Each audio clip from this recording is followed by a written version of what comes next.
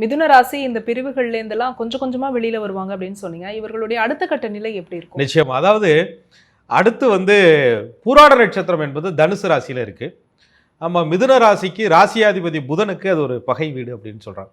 அங்கேதானே தமாசே இருக்கு.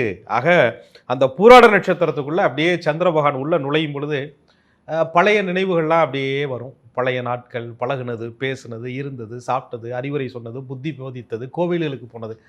அதில் மிதனராசிக்காரர்களுக்கு தான் ஆலயம் சொல்லும்போது, கோவிலுக்கு செல்லும்போது, தனக்கு அறிவுரை சொல்லும்போது, தனக்கு குருமாராக இருந்தபோது, தனக்கு உபதேசித்த போது அந்த நபர்களை அப்படியே பிரியும் போது அதீதமான மன அழுத்தத்திற்கு ஆட்படுவதற்கு காரணமே அந்த குருவோட வீட்டில் போய் அப்படியே இவர்களுடைய அந்த சந்திரன், இவர்களுடைய நட்சத்திரநாதன் அப்படியே சஞ்சரிக்கிற காலங்கள்லாம் ரொம்ப மனசு இவர்களுக்கு கஷ்டமாக இருக்கும்.